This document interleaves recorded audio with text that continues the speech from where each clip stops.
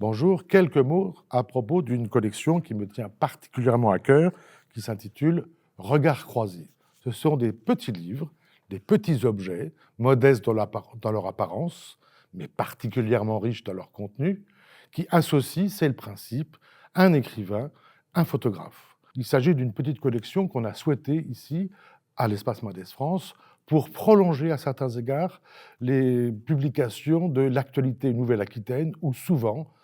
sont associés précisément un photographe et un écrivain. En l'occurrence, on a souhaité prolonger cette approche qui nous tient à cœur en sollicitant des écrivains de la région ou pas, des photographes de la région ou pas, à propos de lieux de la région, pour le coup, qui leur tiennent à cœur. Il y a une première collection qui s'appelle Dépaysement, où on leur demande de mettre en valeur des lieux qui sont d'intérêt à nos yeux dans la région,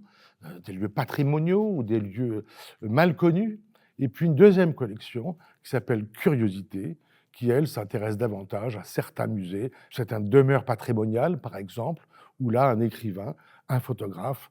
propose le regard qu'il porte sur ce lieu souvent visité. Un ou deux exemples simplement. En hommage à un très grand poète de la région, un texte de Serge Pey autour de Bernard Manciet, un marcheur de la langue et de la lande, texte de Serge Pey et des photos de Jean-Luc Chapin, très grand photographe du noir et blanc,